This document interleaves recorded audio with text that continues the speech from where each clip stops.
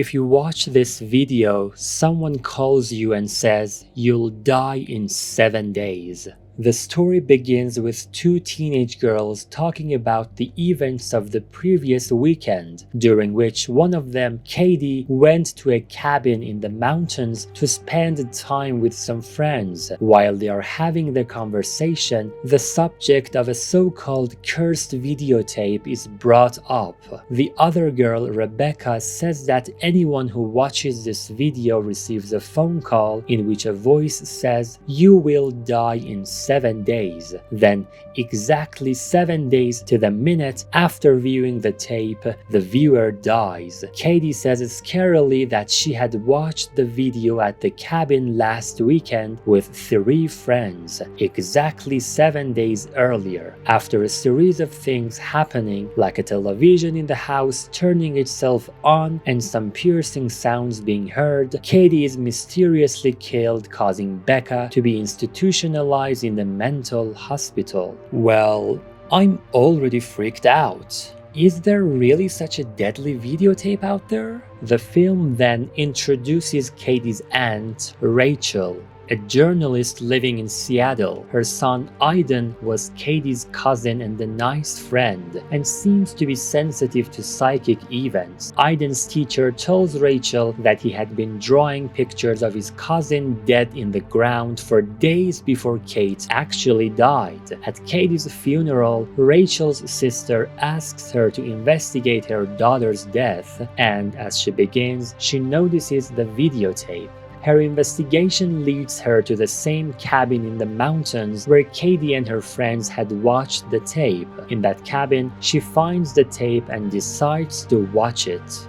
To be honest, I personally wouldn't do such a thing. Why would someone watch such a videotape? The phone rings and the voice says 7 days. The next day, she calls Noah, Aiden's father, to see the video. Noah is skeptical about the link between the video and the death, but Rachel becomes increasingly convinced after pictures taken of her that show her face badly distorted, an effect that was present in the pictures of Katie and her friends the day after watching the tape. Noah watches the tape and asks her to make a copy for further investigation. Unfortunately, just as Rachel is beginning to truly fear there is something dangerous about this tape, Aiden watches it a couple of days later. On the same day, Noah calls Rachel and tells her that he believes her claims about the tape, after he sees himself in a convenience store camera with a blurry face. As he talks to her on the phone, we see a pile of developed photographs that Noah has recently taken of himself, all with his face distorted. After watching the tape, strange things begin to happen to Rachel and presumably anyone else who had viewed the cursed images. She experiences terrible nightmares, nosebleeds, and curious, surreal situations. Rachel's investigation turns to the tape itself, which contains a seemingly random series of disturbing black and white images. Investigating those images leads Rachel to Anna Morgan, the woman shown in the tape, who lived on an island with her husband and daughter and raised horses. Rachel discovers that a mysterious tragedy happened to the Morgan ranch, in which all the horses seemed to go mad, killing themselves while trying to flee the ranch. This probably caused Anna Morgan to become severely depressed.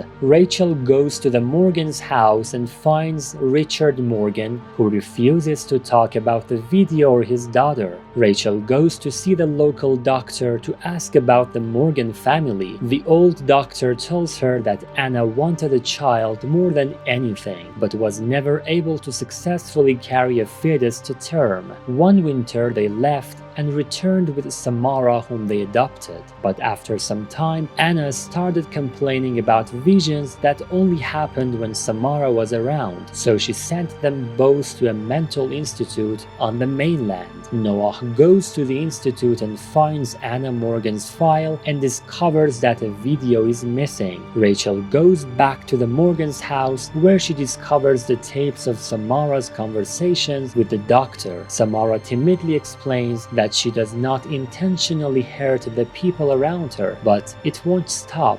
After watching the video of Samara's conversation, Rachel is confronted by Richard Morgan, who has taken all the electronics in the house into his bathroom as the bathtub is overflowing with water. He states the girl was evil and then promptly kills himself by lying in the bathtub and turning on the electronics via a switch control extension cord around his neck.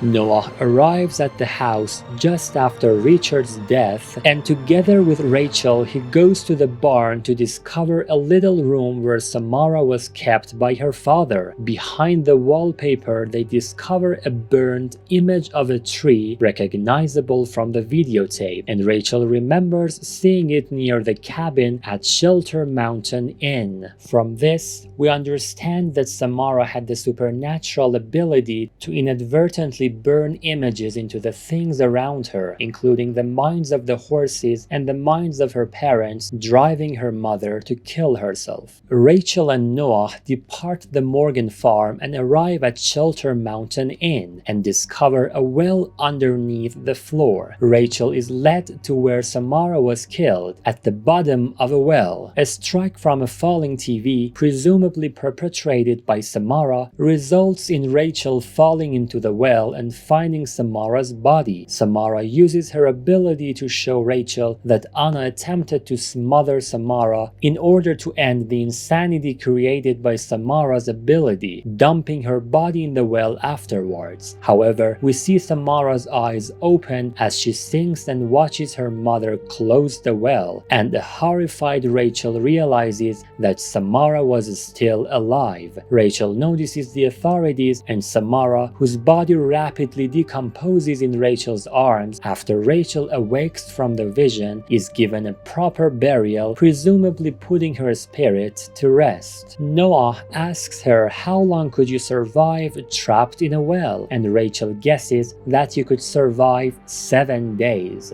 At this point, it seems that everything is well again, and Rachel informs Aiden that they will no longer be troubled by Samara. Aiden quickly corrects her and says that Samara's spirit has been released, evidenced by the bruises on his arm given by Samara in a nightmare that Rachel also experienced. In the film's most unsettling and memorable scene, Noah is checking some film prints in his apartment when his TV turns on to a static in the same way that Katie experienced before her death. Noah turns it off, but the TV turns itself on again. Then a female figure who is Samara crawls out of a well and slowly walks toward the screen. It gets even worse as Noah quickly backs away and Samara literally crawls out of the television. Noah knocks over a shelf in fear and crawls away before turning around. Samara stares directly at him, causing his inevitable death. Rachel heads home and destroys the tape.